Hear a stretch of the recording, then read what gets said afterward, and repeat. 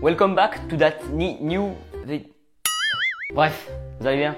Bon, par contre, je vais juste dégager ça parce que ça me rend ouf. Et ouais, pour être honnête, je pensais pas que ça allait être de cette façon qu'on allait se retrouver aujourd'hui, mais bon, ce qui est fait est fait. Dans cette vidéo, je vais tout vous expliquer en détail. Pourquoi est-ce que j'ai des béquilles? Pourquoi est-ce que j'ai un plâtre? Pourquoi est-ce que j'ai pas de copine? Non, pas ça. Dans cette vidéo, je vais pas vous expliquer mon absence de 1 an, ce chiffre me terrifie.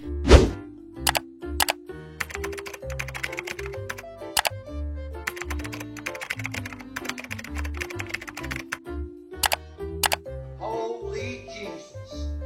What is that?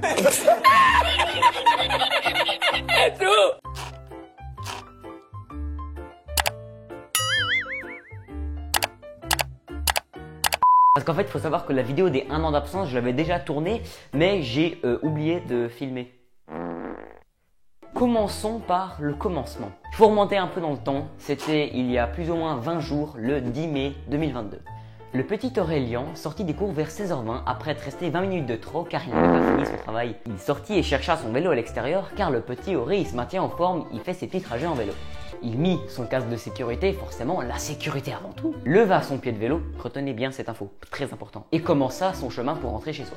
Et c'est à ce moment précis que tout part en couille. Littéralement 30 secondes après être parti, j'étais dans une descente et je vous promets que j'allais pour le coup assez doucement, je maîtrisais ma vitesse, tout était en contrôle. Donc je me suis engagé dans ces descentes et à ce moment-là, mon pied de vélo se baisse sans aucune raison. Donc il se met à la verticale. Mais moi, je ne savais pas ça à ce moment-là. Arrive donc un virage vers la gauche. Donc je me penche légèrement forcément parce que quand tu as un peu de vitesse tu te penches, tu fais pas comme ça sinon tu meurs. Donc forcément ce qui devait arriver arriva. Le poids de mon vélo se met sur mon pied et plus sur ma roue arrière.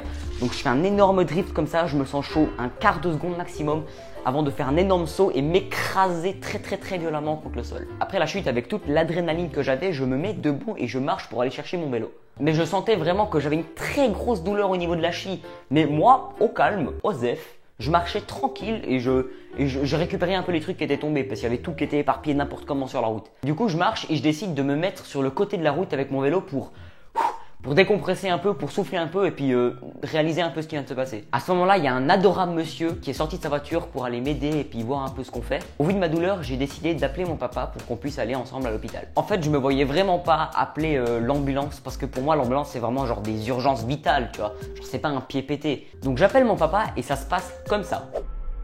Allô? À l'huile. Papa, je rigole pas, je me suis fait super mal. Je suis tombé à vélo et il faudrait vraiment que tu viennes me chercher là. Et le vélo, il va bien? Mais... Bon, arrête de faire ta pleureuse là. J'arrive dans 1 heure, si j'oublie pas. Nickel. Bon, évidemment, vous aurez compris, c'était une blague. Mon papa a réagi très rapidement, il est venu me chercher en même pas 10 minutes. Et en fait, on n'est pas allé directement à l'hôpital, on est d'abord allé au cabinet de mon papa parce qu'ils savent aussi là-bas faire des radios. Arrivé là-bas, il y a ma soeur qui était là par hasard et puis elle me désinfecte toutes les plaies que j'avais parce que j'étais tout ouvert au niveau des bras et des jambes, c'était un bordel. Juste après ça, mon papa, il commence à examiner mon pied, voir où est-ce que j'ai mal parce qu'il s'y connaît clairement. Même avant la radio, mon papa, il savait déjà que c'était cassé parce qu'il l'avait senti avec ce qu'il faisait. Mais on voulait quand même être sûr, donc on a fait une radio. La radio n'a clairement pas menti. Je me suis arraché la malléole.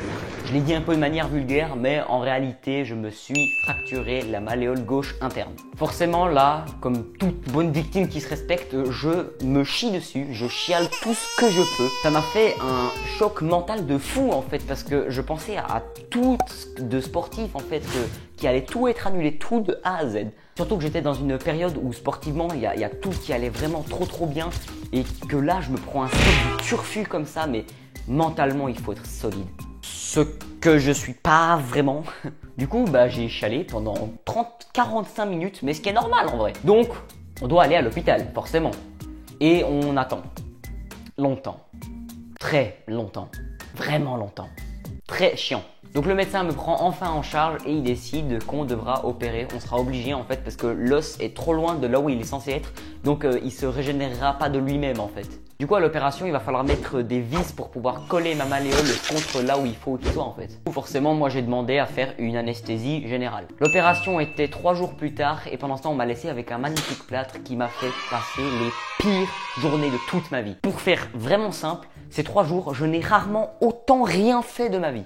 La nuit, j'étais incapable de dormir parce que ça me faisait tellement mal que je pouvais juste pas en fait. Et la journée, je faisais rien parce que j'en étais tout simplement incapable en fait. Arrive enfin le jour de l'opération. Il faut savoir qu'avant l'opération, j'étais assez sceptique sur le fait de mais comment ça marche, comment ils vont m'endormir en fait. Parce qu'il y a un état où je serai réveillé et conscient et un état où je serai endormi et inconscient. Mais entre les deux, je serais quoi? Je serais conscient ou inconscient? Dans le sens où tu bascules pas d'un état à l'autre en un claquement de doigts, tu vois? Vous voyez, s'il vous plaît.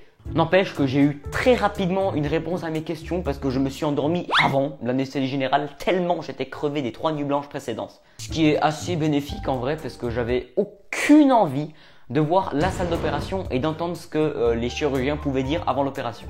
Enfin bref, j'avais peur pour rien parce que l'opération se passe à merveille. Ils ont réussi à mettre les vis parfaitement où il fallait et ils se sont pas trompés de jambes, ce qui est bien, mieux, cool.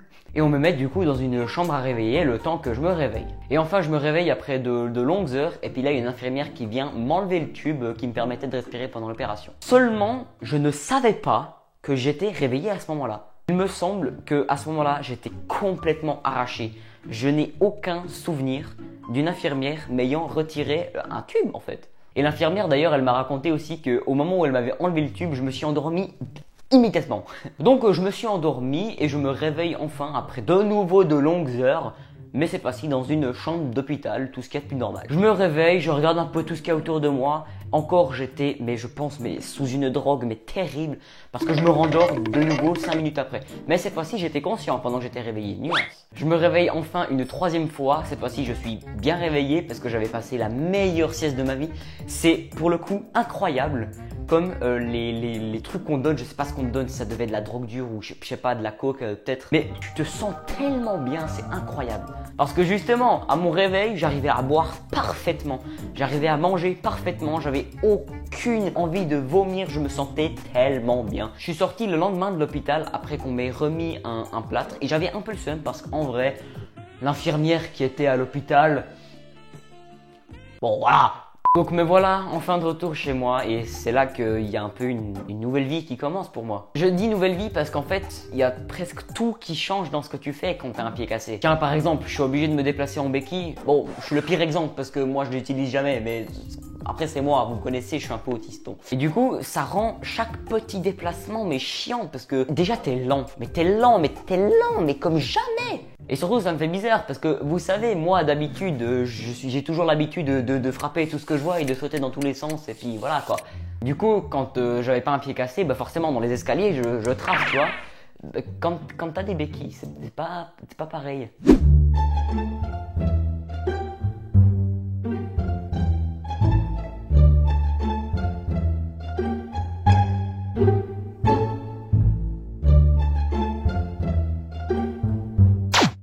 Bon, moi j'ai appris une technique du coup pour aller plus vite forcément. Sauf que je me suis raté une fois, du coup j'ai arrêté. Vraiment le pire du pire c'est quand t'as des affaires à transporter. Mais voilà, mais c'était sûr en fait.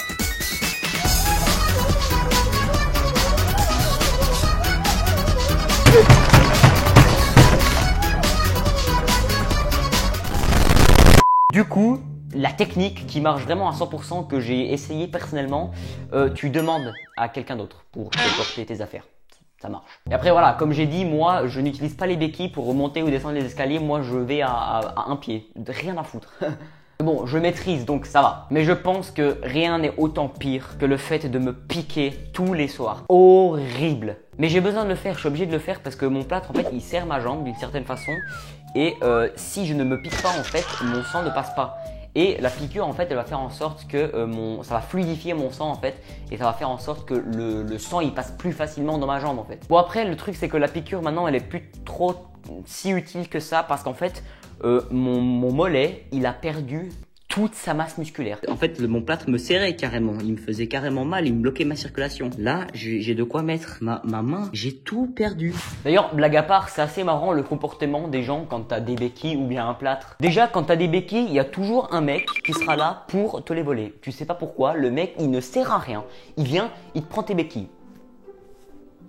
Pourquoi? Pour la petite anecdote sur le plâtre, j'ai exigé le fait que si on me dessine quelque chose sur le plâtre, on ne fasse pas de bite. Ça a tenu 5 minutes avant qu'on me fasse une bite sur le plâtre. Malgré la masse musculaire du mollet que j'ai entièrement perdue, je me maintiens en forme le plus possible que je peux. Parce que sinon, déjà, je deviens fou parce que je fais rien de ma journée, quoi.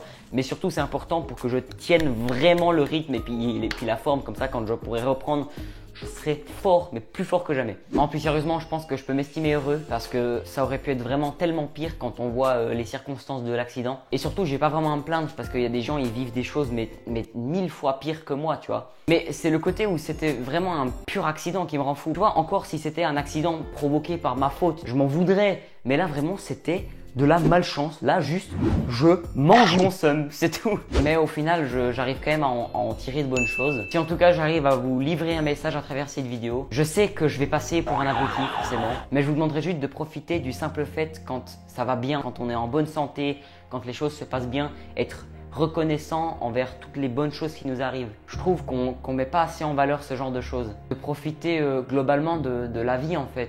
Parce que c'est le genre de trucs qui sont en train de m'arriver qui font en sorte que la vie c'est un truc qui est incroyable. Il y a des hauts et des bas et c'est en passant à travers les bas qu'on arrive à remonter mieux en fait. N'abandonnez pas au premier obstacle. Moi c'est ma première blessure, je vais pas abandonner. Persévérez, vous allez voir qu'avec la patience on peut presque tout faire. Moi de mon côté je vais faire de mon mieux pour me remettre le plus parfaitement possible en forme. Ça prendra beaucoup de temps, beaucoup de patience et beaucoup de persévérance. Mais j'ai envie de vous dire que c'est le prix à payer pour revenir plus fort que jamais. Voilà.